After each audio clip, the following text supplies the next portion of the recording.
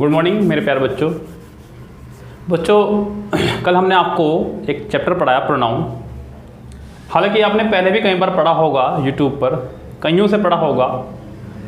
मैं ये नहीं कह रहा हूँ कि मैंने बहुत बेस्ट पढ़ाया है, सभी अच्छा पढ़ाते हैं बच्चों अपनी तरफ से, कोई भी कमी नहीं छोड़ता अपनी तरफ से। लेकिन बच्चों यहाँ मैं आपको सिर्फ वो पढ़ा रहा हूँ जो आपके एग्ज़ाम के लायक हो। बस मैं बहुत ज़्यादा खींच के चैप्टर को नहीं पढ़ाऊँगा, ना मुझे आता। बहुत इतना सा पढ़ाएंगे जितना एग्ज़ाम में आना है, बस डायरेक्ट उसकी बात करेंगे जो एग्ज़ाम में आना है। ज़्यादा भी नहीं पढ़ना है और कम भी नहीं पढ़ना है। इसलिए कल मैंने आपको एक चार्ट पढ़ाया था जिसमें मैंने आपको सब्जेक्टिव और ऑब्जेक्टिव पार्ट उसका पढ़ा दिया था। अगला जो पार्ट था उसके अंदर वो था आपका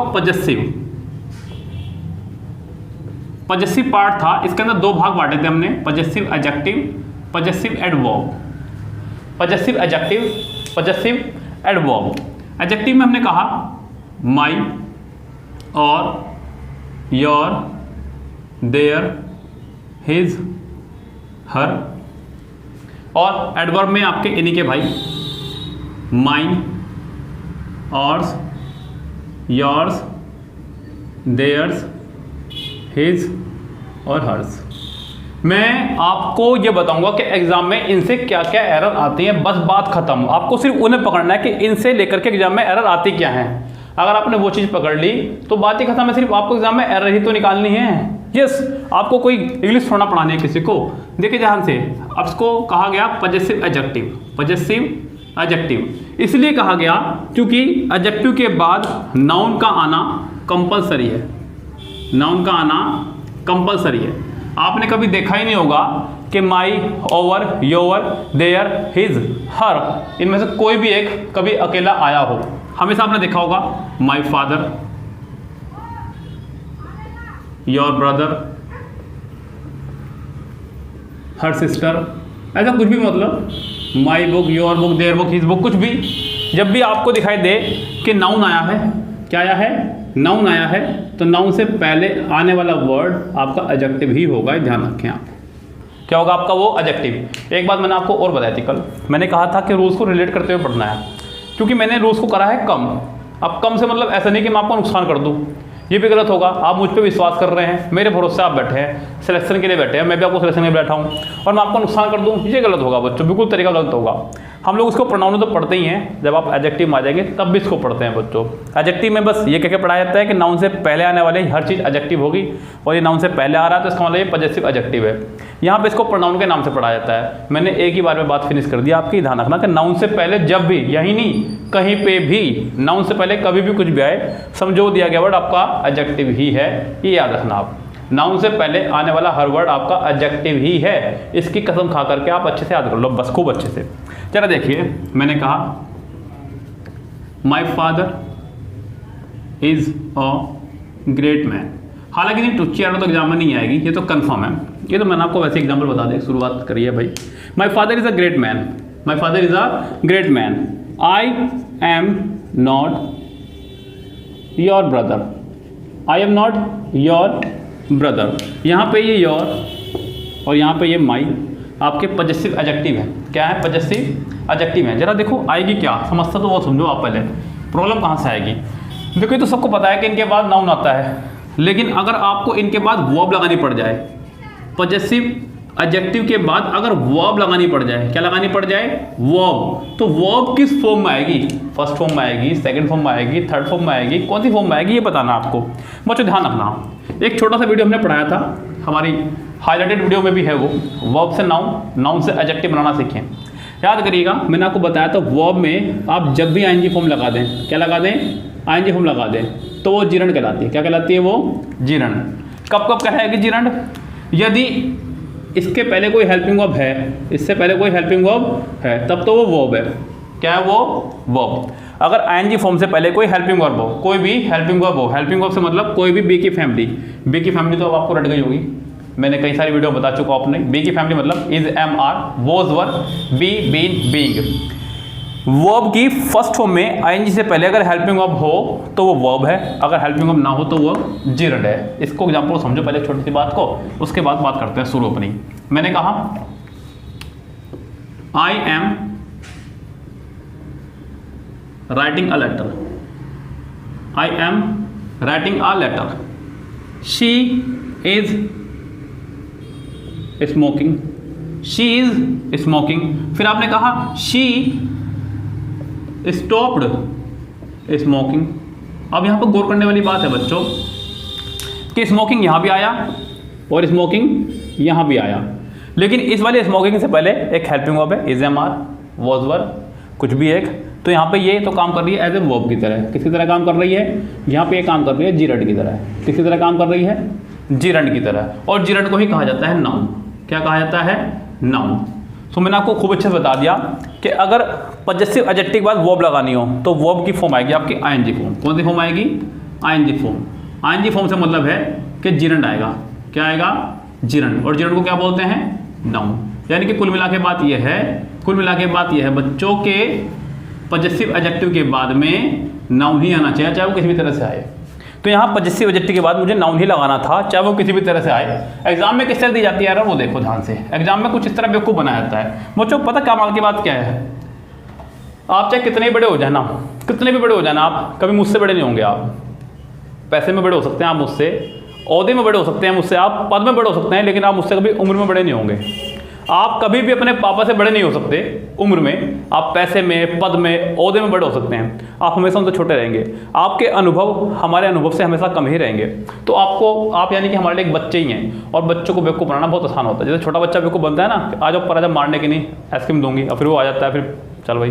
तो इसी तरह से आप एक छोटे बच्चे ही हैं, बेवकूफ़ बनाना बहुत आसान है बच्चों को। जरा देखते हैं ध्यान से कैसे बनते हैं बच्चे बेवकूफ़। उसने कहा she likes me playing cricket, she likes me playing cricket. अब इस सेंटेंस में हमें प्रॉब्लम देखनी है। क्या है प्रॉब्लम? बहुत छोटा सेंटेंस है, बड़ा सेंटेंस नहीं है, लेकिन एग्जाम के हिसाब से बड़ा इंपॉर्टेंट हो जाएगा। अगर मैं सोचता हूँ कि शी लाइक्स मी, वह मुझे पसंद करती है, तो फिर ये वाली वर्ब किसकी है?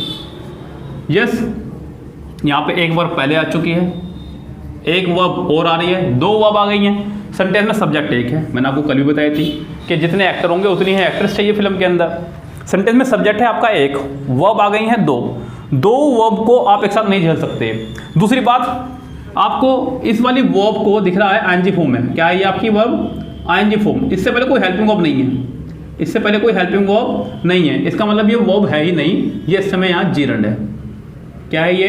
जीरंड यानी कि नाउन। जीरंड यानी कि नाउन। और नाउन से पहले जब भी आएगा, हमेशा नाउन से पहले जब भी आएगा तो पजेसिव एडजेक्टिव आएगा। क्या आएगा? Possessive adjective. जबकि ये ऑब्जेक्टिव केस है। कौन सा केस है ये? ऑब्जेक्टिव। आपको सब पजेसिव एडजेक्टिव बनाना होगा माई, तो सेंटेंस ठीक होगा। सेंटेंस कुछ इस तरह बन जाएगा, she likes my playing cricket. She likes my playing cricket. उसे पसंद है मेरा क्रिकेट खेलना, उसे पसंद है मेरा क्रिकेट खेलना। सेंटेंस कुछ इस तरह हो जाएगा। यानी कि मैंने कुल मिलाकर को बात बता दी, यानी कि आप चाहे कान इधर से पकड़ लें, चाहे कान उधर से पकड़ लें, यहाँ से पकड़ लो, यहाँ से पकड़ लो, बात एक ही है, कान खींचना आपका ही है। या तो आप सोच लीजिए कि पजेसिव एडजेक्टिव के बाद हमेशा नाउन आना है, ऐसा समझ लो, या फिर ऐसा समझ लीजिए कि नाउन से पहले हमेशा पजेसिव एडजेक्टिव आना है। पजेसिव, ऐसे समझ लो, कैसे भी समझ लो। यानी कि अगर कहीं दिख जाए आपको आईएनजी लगी हुई है, क्या लगी हुई है आपको? कहीं भी आईएनजी लगी दिख जाए, और उससे पहले आपको मी दिख जाए या हिम दिख जाए या कुछ भी दिख जाए आपको, ये तो यही रहेगा दोनों जगह, माई, अस, ऐसा कुछ भी दिख जाए तो आप समझ जाना कि जीरंड से पहले तो भैया पजेसिव एडजेक्टिव आना था। ऑब्जेक्टिव क्यों आएगा? ये गलत हो गया आपका। यहाँ पे ओवर होना चाहिए था, यहाँ पे हिज होना चाहिए था, यहाँ पे माई होना चाहिए था। क्या होना चाहिए था? यहाँ पे माई होना चाहिए था। माई प्लेइंग, हर डांसिंग, ऐसे ही। लेकिन एक बहुत बड़ी मिस्टेक और आती है बच्चों। ये तो थे साफ दिख रहा है पजेसिव एडजेक्टिव है, माई पता है, और पता है, योर पता है, देयर पता है, हिज पता है, हर पता है, आपने भी रट लिए पजेसिव एडजेक्टिव है। लेकिन अगर नाम आ जाए तो, अगर जीरंड से पहले कभी भी कोई नाम आ जाए, क्या आ जाए? कोई नाम आ जाए। अब इसके लिए मैं एक ऐसी ट्रिक बताऊंगा आपको कि आपकी, क्योंकि ये यहाँ तो आ ही रही है प्रॉब्लम प्रोनाउन में, ये नाउन वाले चैप्टर में भी दी गई थी प्रॉब्लम, ये आपको एपोस्ट्रोफे चैप्टर कुछ लोग अलग पढ़ाते हैं, वहाँ भी इसको दी जाएगी। बच्चों एक बात हमेशा ध्यान रखना, आज से लेके आगे तक हमेशा ध्यान रखना, कभी भी किसी सेंटेंस में दो नाउन एक साथ नहीं आ सकते, दो नाउन एक साथ नहीं आ सकते, ये ध्यान रखना आप। अगर ऐसा होगा भी तो आप उसे ठीक करेंगे। ठीक करने के तरीके होंगे, नंबर एक, कि नाउन 1 में आप एपोस्ट्रोफ एस लगाएं, फिर नाउन 2, या फिर आप नाउन 2 को पहले लिखें फिर आओ फिर नाउन 1। ये तरीका रहेगा। क्या रहेगा? ऐसे तरीका रहेगा। जैसे कि मैंने कहा आई don't like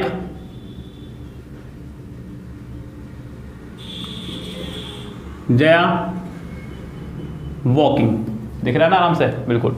I don't like Jaya walking, I don't like Jaya walking. जरा गौर करें आप, यहाँ पे वॉकिंग आ रहा है। क्या आ रहा है आपका यहाँ पे? वॉकिंग। बच्चों पता है रूल्स को कहते हैं ना, आप बच्चे अक्सर बोलते हैं रूल याद नहीं रहते, याद रखने की ट्रिकी होती है। आप याद रखो कि जब भी जिरन फॉर्म दिखाए तो उससे पहले पजेसिव केस आना है, बात खत्म। आप सिर्फ सेंटेंस में उसे देखो ना, पहले पूरा सेंटेंस क्यों पढ़ रहे हैं आप सीधा जिरन में पहुंच जाओ। जिरन दिख रही है मुझे, आईएनजी फॉर्म दिख रही है, आईएनजी फॉर्म से पहले कोई पजेसिव केस है क्या? नहीं है। दूसरी बात याद रखना बच्चों, आईएनजी फॉर्म में तो इसका मतलब ये नाउन है। क्या है ये? नाउन है। इसका मतलब ये भी नाउन है। दो नाउन तो इकट्ठे कभी भी नहीं आते। एरर अगर ऐसे भी निकाल लिया आपने तो भी आप महान हैं। दो नाउन कभी भी एक सेंटेंस में एक साथ आ ही नहीं सकते। यहाँ नहीं, कहीं भी नहीं आएंगे। मैंने आपको बताया बच्चों कई बार, ये सुपरफ्लोस है। सेम फैमिली के दो वर्ड कभी भी एक साथ नहीं आ सकते, मतलब नहीं आएंगे। तो यहाँ पे आपको करना होगा जयाज। क्या करना होगा? जयाज। एपोस्ट्रोफ एस लगा दो, क्योंकि नाम है, नाम में एपोस्ट्रोफ एस लगा सकते हैं। I don't like Jaya's walking. मुझे जया का चलना पसंद नहीं है, मुझे जया का चलना पसंद नहीं है। इस तरह से जरा देखिए अभी और चीज़ें साथ में मेरे। उम्मीद करता हूँ कि आपको खूब अच्छे समझ में आ जाए, और समझ में अगर एक बार आ गया, बेसिक अगर आपने पकड़ लिया तो फिर आप किस हैं। Possessive adjective plus noun is equal to possessive adverb. Possessive adverb यानी कि ऐसे समझो इस बात को आप लोग, my father is equal to mine, our book is equal to ours, your pen is equal to yours, her book is equal to hers. यानी कि हमने एक बात जान ली कि इनके बाद नाउन आना कंपलसरी है, इनके बाद नाउन का आना कंपलसरी है, इनके बाद नाउन कभी ना आ जाए, इनके बाद नाउन कभी भी ना आ जाए, ये ध्यान रखना। पहली मिस्टेक तो यही इससे दी जाती है एग्जाम में कि इनके बाद नाउन लगा दिया जाता है। हालांकि जब हम एग्जाम में बैठते हैं तो पता नहीं किस लहजे से बैठते हैं बच्चे, उनका दिमाग ही नहीं काम करता, लगता है कि सब कुछ सही है। कॉमन एरर छांटते वक्त ऐसा लगता है कि सेंटेंस पूरा सही है, कुछ है ही नहीं गलती। लेकिन बच्चों ऐसे नहीं बैठा करें आप एग्जाम में, थोड़ा सा अटेंटिव होकर बैठा करें। मैंने कहा this is my book, this is my book and that is yours, that is yours. ये है मेरी किताब है और वह है तुम्हारी। अब यहाँ पे योर्स आ गया, इसका मतलब योर बुक, इसका मतलब योर बुक। पहली मिस्टेक तो ये आती है एग्जाम में इसको लेकर के। दूसरी मिस्टेक तो शायद आपने भी की होगी बचपन में, हालांकि बहुत छोटी सी मिस्टेक है, ज़्यादा बड़ी मिस्टेक तो नहीं है। लेकिन कई बार मैंने देखा है बच्चों को, छोटे बच्चे तो करते ही हैं, बड़े बच्चे भी करते हैं। कमाल की बात तो है, मैंने कहा, उसने कहा योर्स ओबीडेंटली, ऐसे लिख देते हैं बच्चे, योर्स ओबीडेंटली। बच्चों ध्यान रखना इस बात का, आप लोग एप्लीकेशन में करा आपने कई बार ये योर्स ओबीडेंटली, योर्स ओबीडेंटली एपोस्ट्रोफे लगा दिया। याद रखना इसको इसको इसको इसको किसको किसको, ऑर्स, योर्स, देयर्स और हर्स। इनके आखिरी में जो एस लगा हुआ है ना, इनके आखिरी में जो एस लगा हुआ है, इसमें कभी भी याद रखना बच्चों, कभी भी एपोस्ट्रोफे एस नहीं लगा देना, कभी भी गलती से भी, बस ये ध्यान रखना, एपोस्ट्रोफे मत लगा देना कभी भी। यस, क्योंकि हो सकता है कि बच्चा उसको ऐसे कर दे, या हो सकता है कि बच्चा उसको ऐसे भी कर दे। क्योंकि यही पढ़ा है कि जिस नाउन के आखिर में, रूल ये बोलता है कि जिस नाउन के अंत में पहले से ही एस हो, पहले से ही एस हो, वहाँ सिर्फ और सिर्फ एपोस्ट्रोफे लगाना है, ऐसा रूल बोलता है। बच्चा कर सकता है गलती, बड़ी बात नहीं है, लेकिन आपको नहीं करनी है, ध्यान रखना आप लोग। तो यहाँ पे ये हो जाएगा मिस्टेक। तो ये था आपका पजेसिव एडजेक्टिव और पजेसिव एडवर्ब से रूल। एक बार फटाफट सुन लीजिए तेजी से कि इनके बाद नाउन का आना कंपलसरी है, इनके बाद नाउन कभी नहीं आएगा, पहली बात। दूसरी बात, अगर इनके बाद वर्ब आती है, क्या आती है? वर्ब, तो वो हमेशा आईएनजी फॉर्म में आएगी, यानी कि जिरन फॉर्म में आएगी। जिरन यानी कि नाउन बन के आएगी, जिरन मतलब नाउन। दूसरी बात यहाँ पे ध्यान रखना उसी से ही, इनके बाद अगर कभी नाम आ जाए, क्या जाए इसके बाद में कभी भी नाम आ जाए, तो नाम में एपोस्ट्रोफे एस के साथ आएगा। क्या आएगा? यानी कि पजेसिव, इसमें रख लो आप नेम एपोस्ट्रोफे एस, ऐसे आता है इसको। ये भी आपका पजेसिव ही केस है। यस बच्चों, तो ये रहा आपका पजेसिव केस। अगले केस पे चलते हैं हम लोग, रिफ्लेक्सिव केस पे। रिफ्लेक्सिव केस की भी बहुत ज़्यादा एग्जाम में आती हैं।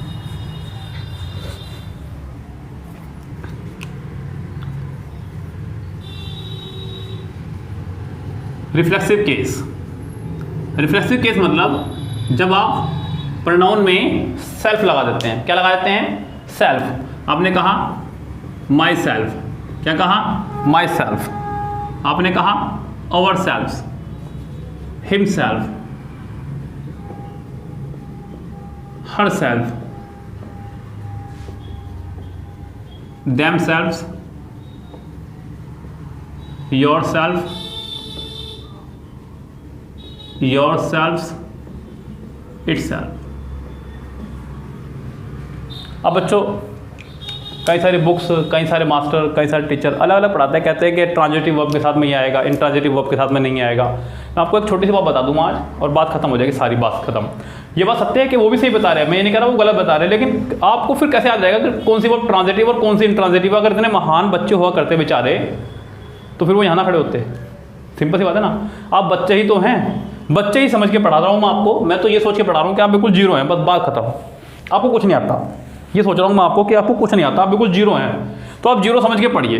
जरा पहले एक सेंटेंस देखिए, शी वॉशेस, गलत होगी स्पेलिंग, ठीक है, वॉशेस हर क्लोथ्स हर सेल्फ। अरे यार कमाल हो गए। She washes her cloth her self, she her self washes her clothes, she washes herself her clothes।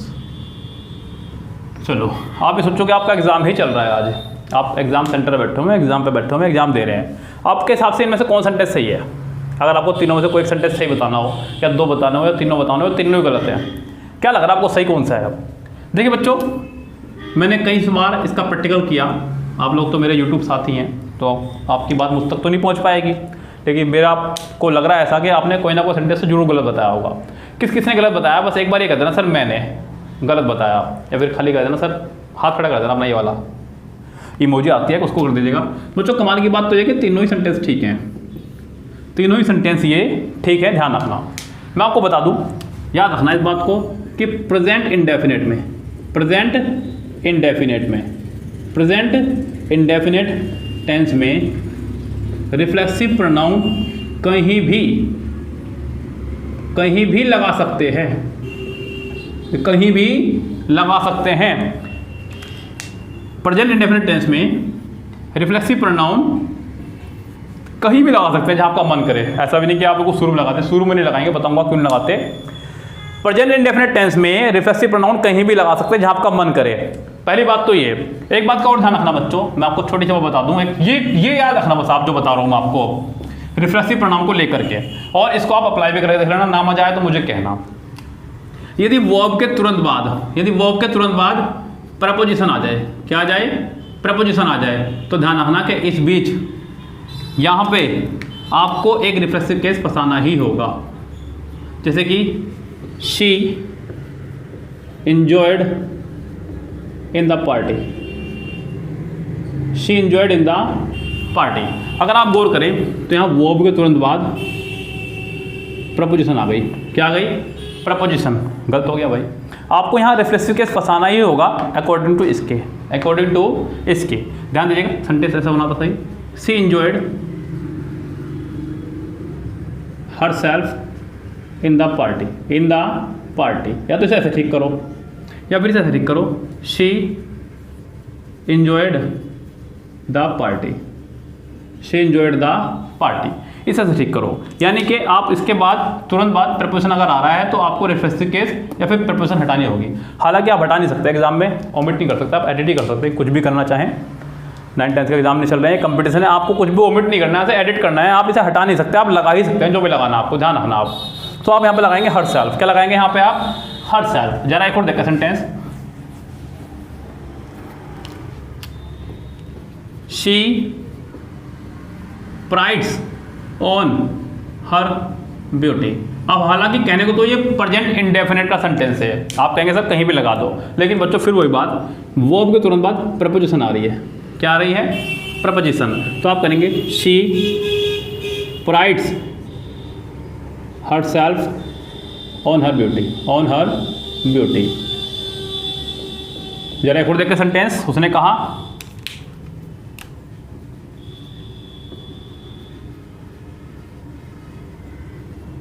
She introduce to the DM, she introduce to the DM. फिर वही बात, verb के तुरंत बाद क्या आ रही है? प्रपोजिशन। तो आपको यहाँ पे एक रिफ्लेक्सिव केस फंसाना ही होगा, ये ध्यान रखें। सेंटेंस बनेगा she introduce herself to the DM. Sentence कुछ इस तरह होना चाहिए था, ठीक। तो फिलहाल यहाँ पे सेंटेंस में है आपके गलती। सेंटेंस में आपको मैंने बता दिया है कि जब भी वर्ब के तुरंत बाद प्रपोजिशन होगी, क्या होगी? प्रपोजिशन होगी, तो आप वहाँ पे रिफ्लेक्सिव केस फंसाएंगे, ध्यान रखना। वर्ब के तुरंत बाद जब भी होगी प्रपोजिशन, आप वहाँ रिफ्लेक्सिव केस फंसाएंगे, ये ध्यान रखना। जरा एक चीज़ और सुन लो मेरे ध्यान से, जब आप सुन ही रहे इतना तो आज बच्चों मौसम भी बढ़िया हो रहा है यहाँ पे। जो अक्सर मेरे हाथ में रुमाल रहता है ना, आप देखते थे धड़ा मजा आ रहा है पढ़ाने, पसीना आ रहा है। आज ऐसा नहीं, आज मौसम बढ़िया हो रहा है, दिख रहा होगा आपको, हालात साफ साफ बढ़िया वाले, तो खूब मज़ा आ रहा है। तो आप मज़ा लेके पढ़िए बच्चों, ईमानदारी से पढ़िए। देखिए सबसे ज़रूरी चीज़ है आपके पढ़ने में ईमानदारी होनी ज़रूरी है। हम लोग जब पढ़ते थे अपने टाइम पे, मैं जब पढ़ता था तो मैंने कभी किसी कंपटीशन की तैयारी करने के लिए नहीं पढ़ा। कमाल की बात यह है, कभी ये सोच के नहीं पढ़ा कि मुझे एग्जाम क्रैक करना है, कभी नहीं पढ़ा। कभी फॉर्म भी नहीं भरे, ज़्यादा से ज़्यादा बहुत कम भरे, वो भी ये देखने के लिए कि अपना स्कोर कैसा आ रहा है इंग्लिश में, मेरा स्कोर इंग्लिश में कैसा आ रहा है। वो मैं नहीं बताऊंगा क्योंकि ये गलत तरीका है, ठीक है बच्चों। हो सकता है मैं झूठ बोल दूँ, आप मेरी बात का यकीन कर लें। बस सिर्फ इसे देखने के लिए, सिर्फ नॉलेज के लिए आप पढ़ें। पहले सबसे पहले आप अपना उद्देश्य रखें कि मुझे नॉलेज बढ़ाने के लिए पढ़ना है। आप इसलिए पढ़ें कि आपकी इंग्लिश आसपास में सबसे बढ़िया होनी चाहिए, बस आपसे बढ़िया इंग्लिश किसी की ना हो, ये मन में ध्येय रख के आप पढ़ें, फिर आपको मजा आएगा पढ़ने में। आप पढ़ते हैं एग्जाम को क्रैक करने के लिए, तो आपके सिर पर घंटा लटका रहा होता है, टेंशन टेंशन टेंशन, पीछे से मम्मी पापा भाई। अरे कोई टेंशन नहीं है भाई, आपके ही परिवार वाले हैं, वो भी चाहते हैं कि आप कामयाब हो जाएं। तो आप पहले नॉलेज के लिए पढ़ें, ईमानदारी से पढ़ें, ईमानदार बन के पढ़ें, फिर आपको डेफिनेटली फ़ायदा होगा। एक बात का ध्यान रखना बच्चों कि रिफ्लेक्सिव प्रोनाउन से कभी भी सेंटेंस शुरू नहीं होगा, बस ये बात मेरी याद रख लेना। क्योंकि बड़े बड़े स्पोकन सेंटरों ने हालात इतने ख़राब कर दिए हैं कि स्पीच की शुरुआत ही करते हैं hello my self Saurabh Jain, शुरुआत ही यहीं से करनी है। उनको लगता है कि सही है, और वो बोलते भी हैं इंग्लिश स्पीकिंग में सब सही है, कुछ नहीं फर्क पड़ता।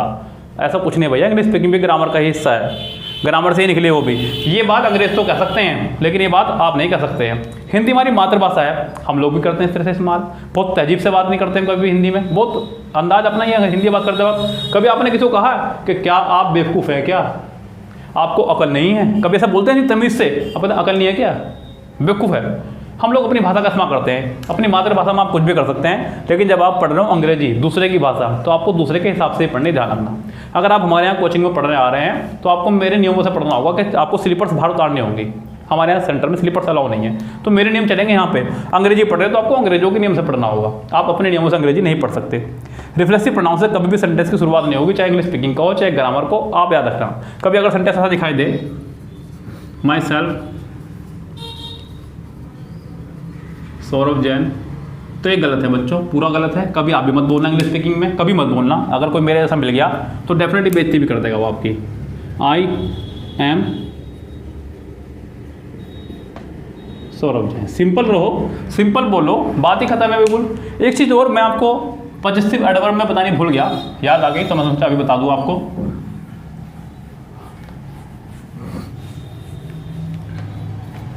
पॉजिटिव एडवर्ब यानी कि माइन, ओवर्स, देयर्स, हर्स, कुछ भी।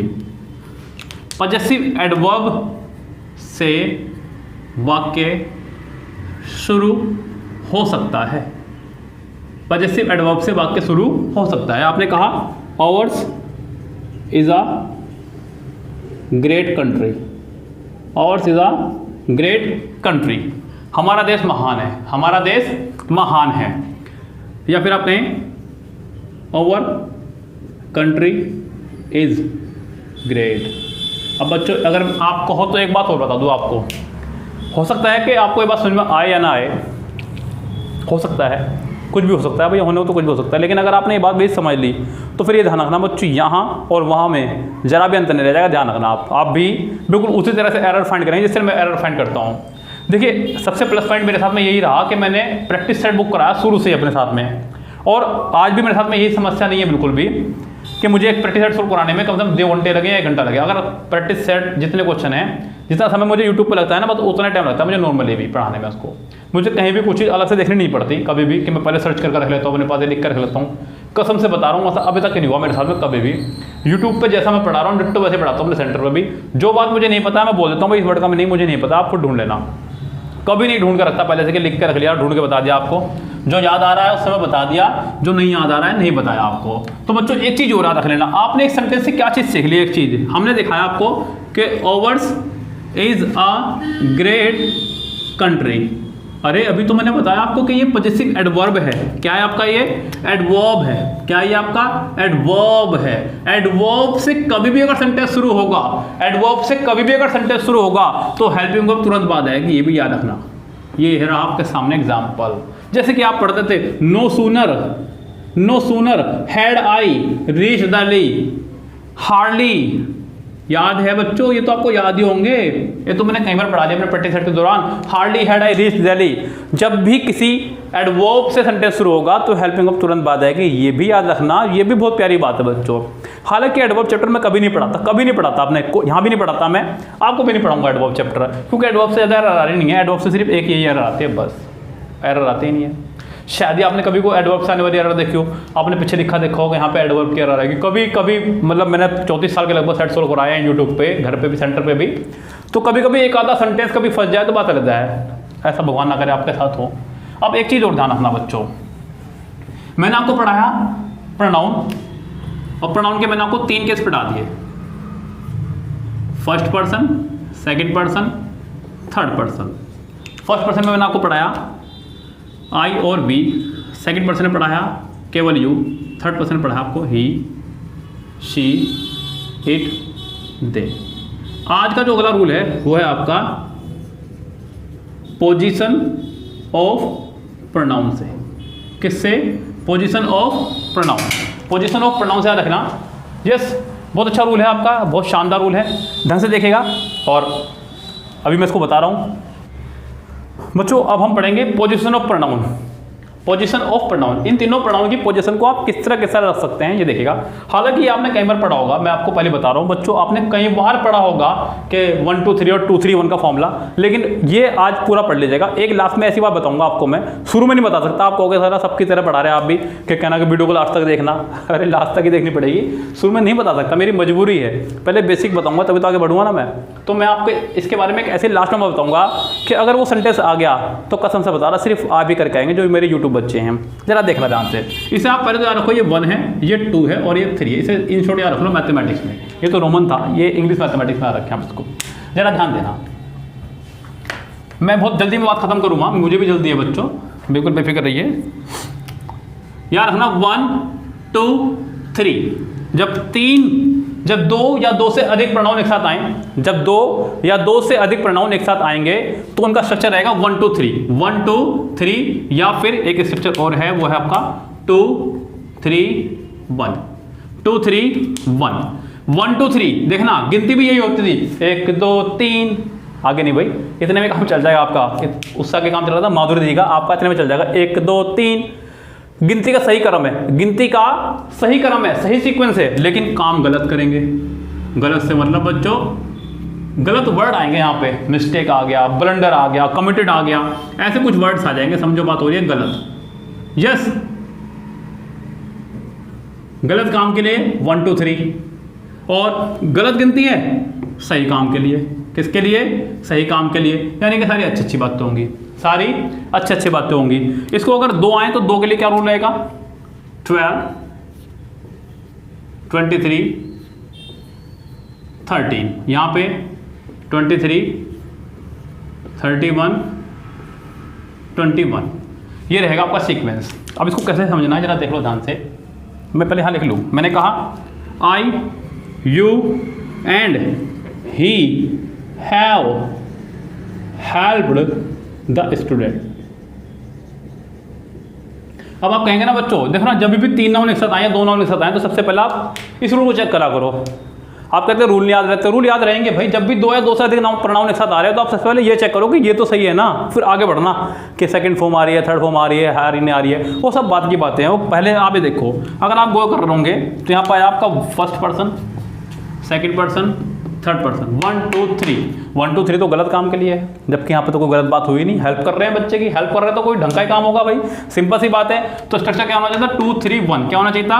2 3 1। You, he and I have helped the student. You, he and I have helped the student. जरा और देखें,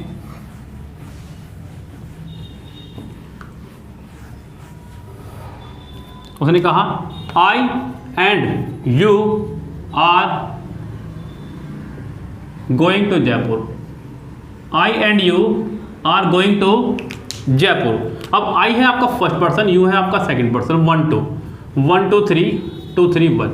1 2 तो गलत काम के लिए है, 1 2 आपका गलत काम के लिए, जबकि वो तो जयपुर जा रहे हैं। अब जयपुर जाना को गलत बात है क्या भाई?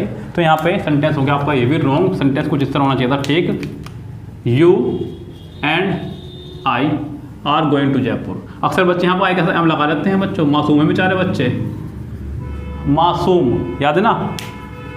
तो यहाँ पे बच्चों आपको आर एम नहीं आर लगाना, ये भी ध्यान रखना, बिकॉज 2 प्रोनाउन एंड से जुड़े हैं, 2 प्रोनाउन एंड से जुड़े हैं। I and you have committed a mistake.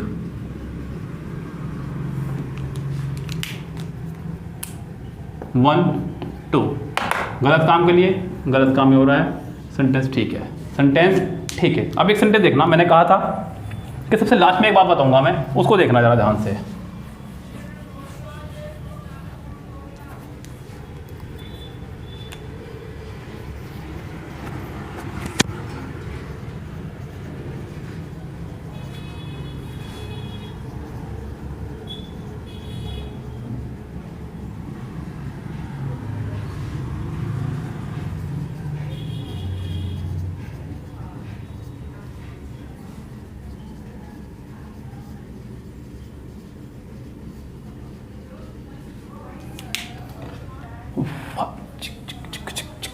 लो जी, we you and they have helped the poor. We you and they have helped the poor. अगर आप गौर करें तो 1 2 3 यस, यानी कि अगर कोई नॉर्मल बच्चा होगा, मतलब हमारे अलावा कोई और बच्चा होगा, तो वो डेफिनेटली मिस्टेक निकल के आएगा, बिकॉज उसे पता है 1 2 3 तो गलत काम के लिए, जबकि यहाँ अच्छा काम करके आ रहे हैं, हेल्प करके आ रहे हैं बच्चे की, कोई गलत काम नहीं करा है यहाँ पे, डेफिनेटली मिस्टेक निकलेगा। लेकिन बच्चों मैंने आपको कहा था कि मैं आपको लास्ट में एक बात बताऊंगा कमाल की। बच्चों ध्यान रखना, जब तीनों प्रोनाउन प्लूरल हों, जब तीनों प्रोनाउन प्लूरल हों, क्या हों? प्लूरल हों। जब तीनों प्रोनाउन प्लूरल हों तो 1 2 3 को आप सही और गलत दोनों काम के लिए लगा सकते हैं, ध्यान रखना। जब तीनों प्रोनाउन प्लूरल हों, जब तीनों प्रोनाउन प्लूरल हों, वी यू दे, तो आप 1 2 3 को भी सही और गलत दोनों काम के लिए लगा सकते हैं, ध्यान रखना। फिलहाल ये सेंटेंस आपका करेक्ट है, आप इसे ऐसे बना लो या फिर इसे ऐसे बना लो, यू दे एंड वी, चाहे इसे ऐसे बना लो। यानी कि मैंने आपको बता दिया है, ये बात इंपॉर्टेंट है इसकी, ये जरूर याद रखना। इसे एक अलग से लिख लेना, ना समझ में आए तो मुझे दोबारा बता देना, मैं दोबारा बता दूंगा कल की वीडियो में प्रोनाउन का जब पार्ट 3 बनेगा। लेकिन आप मुझे जरूर बता देना ये बात समझ में आई या न आई, क्योंकि अगर पार्ट 3 बन गया उसके बाद मैं कुछ नहीं कर सकता फिर। यस बच्चों, तो ध्यान रखना, इंपॉर्टेंट बात है। फिलहाल चलते हैं बच्चों, good bye, have a nice day, शब बखैर, गुड नाइट।